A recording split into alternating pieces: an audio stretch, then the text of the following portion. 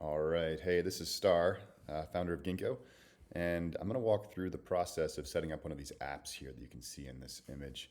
Um, if you've arrived at this landing page, there's a simple one-click option to get over to the Appsheet interface where we can get started on setting up this app. So I've clicked over to the Appsheet interface. Appsheet has a bunch of templates. This is just one of the templates we've set up specifically for tracking conditions around your neighborhood, your service area if you're a business improvement district. And so to take a little bit of a look under the hood at this, we can go ahead and interact with it here in the interface that AppSheet provides for checking these app templates out. And you can get a sense of what's going on with this app. So we've got some records in here right now in the demo here that just showcase different streetscape conditions and assets.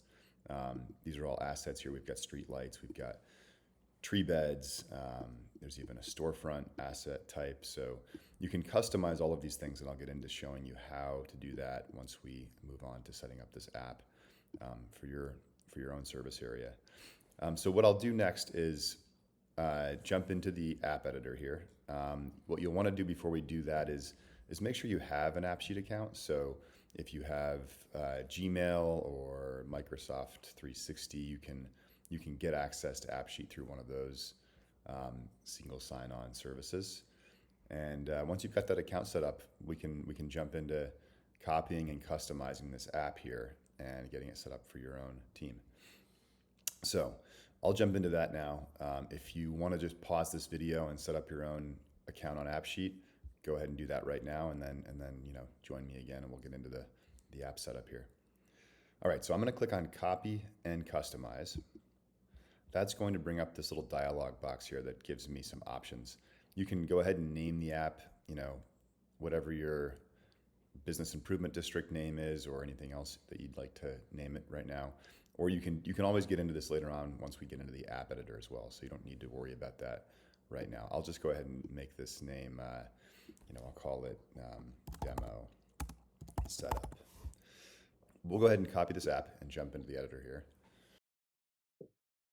This could take a while, so just be patient while it spins up this app. It'll email you as well once the app is ready for editing. Okay, great. So now we have the app in a editor here that we can work with.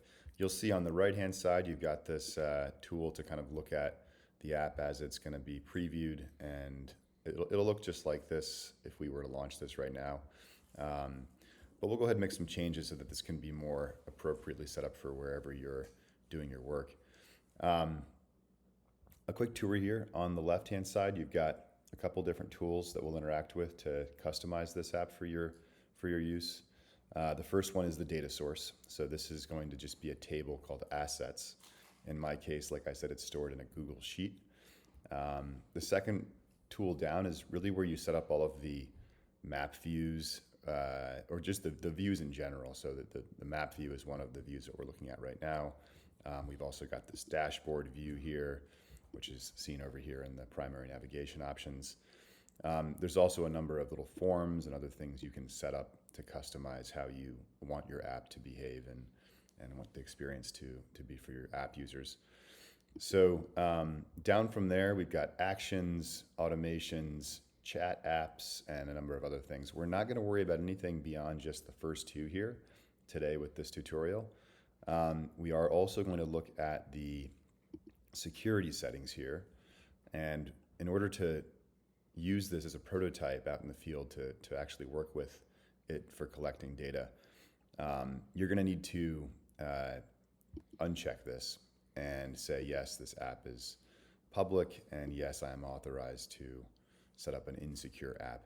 Really what this is saying is, you're basically setting up an app that's really going to be used internally, so it's okay if it's public, but that enables anyone on your team to access it without needing to log in and use up one of your user seats in the platform. So that's all that's really doing. It's not, you're not broadcasting this app out to 1 million people. It's just going to be for your own internal use, but it's going to be accessible to anyone on your team this way.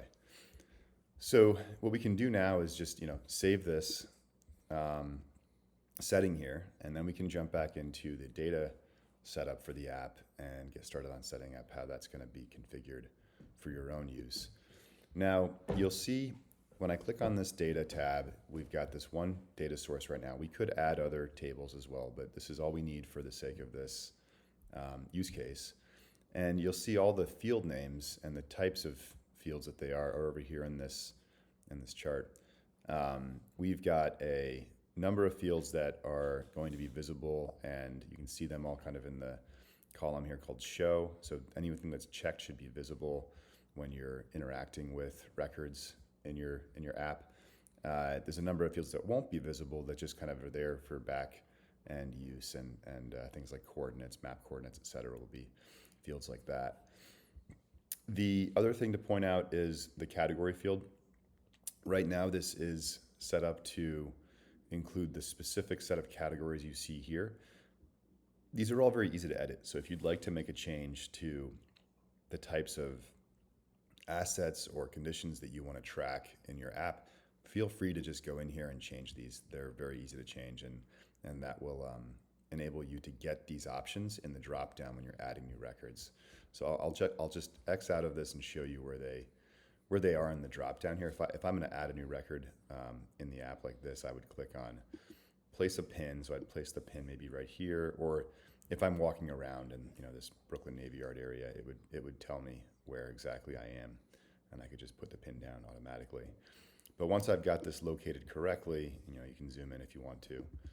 You can click this checkbox, and it will give you the option to go through and select the right asset type. So you can see we've got our bike racks, our storefronts, street lights.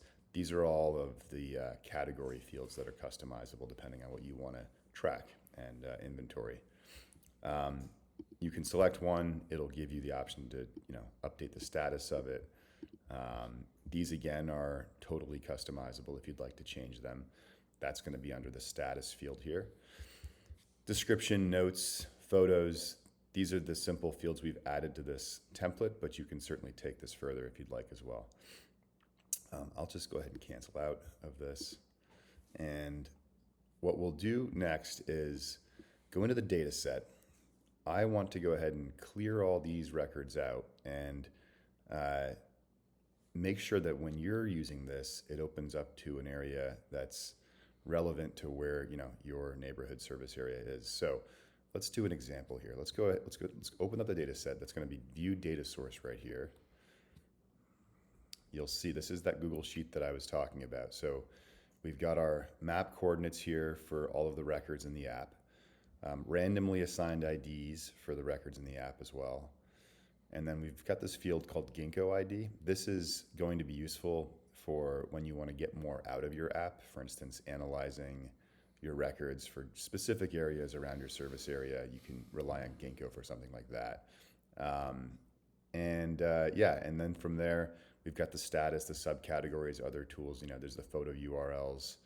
But what we'll do actually is we're going to go ahead and take out most of these records here, and we're going to reposition the app to an area that's relevant to your service area. So let's, as an example, take we'll use Hartford, Connecticut, for instance. So Hartford, Connecticut.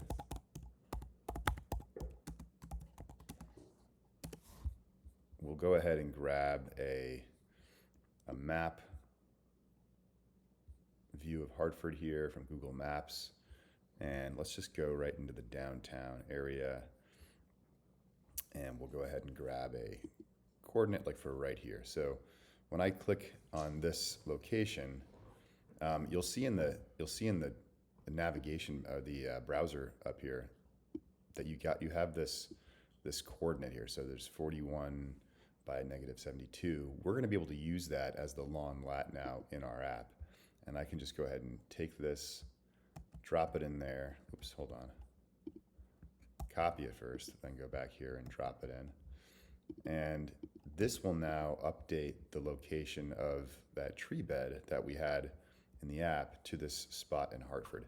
And that's all you need to do to bring this app over to your service area, is just grab some coordinates, replace what you've got in here, and you can use this record as kind of like a reference record for now, and then you can delete it later once you've added more of your own actual records.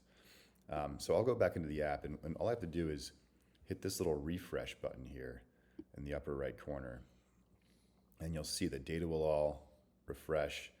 In fact, if I refresh the whole browser now, the map will actually show Hartford instead of the Brooklyn Navy Yard there. So I've gone ahead and done that. I've refreshed the browser. Our app has been saved.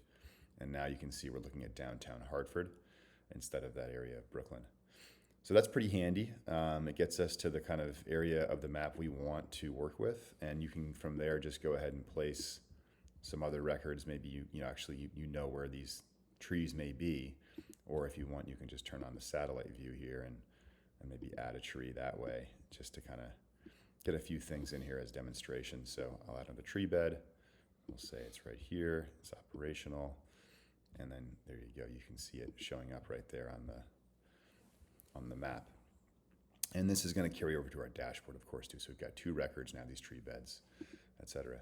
That's the main gist of setting this up. Really, there's not a lot more to it. There are more things we can do with Appsheet, and we've built a ton of these apps. So if you are interested in taking advantage of our services to help you set this up, by all means, please reach out. And that would also give me an opportunity to show you more of the tools in Ginkgo that help you analyze this data and make the most of your use of it for reporting and automating more of your workflows. So I'll leave it there for now. You've got an app. You can name it, whatever it is you want to use it as. The one other thing to point out would be just, how do you access this and share it with your team? So you've got to go up to the share option up here, and you want to go over to copy sharing links here. So you can see there's 3 different links. One is the editor link. That's if you want to invite anyone else from your team into this app editor for a chance to actually work with it and help you build and customize things. The browser link is the one that you can use to access this directly in the browser. So I could copy that link, for instance, open up a browser window here and see this app's going to be full screen as it opens here. Just click OK. And here's our 2 trees in Hartford. And then the final link, probably the most important link really, is this install link. So that's going to give you the option of downloading Appsheet to your device and accessing this specific app with this link here. So that's the one I think you'd probably want to share with your contractors or anyone on your team who's going to be going out with this tool and surveying and inventorying assets in your neighborhood. So that's it for now, but yeah, please do reach out and let me know if I can be helpful in helping you get set up on this and connecting it to a Ginkgo account so that you can get more out of all of this as well. Take care.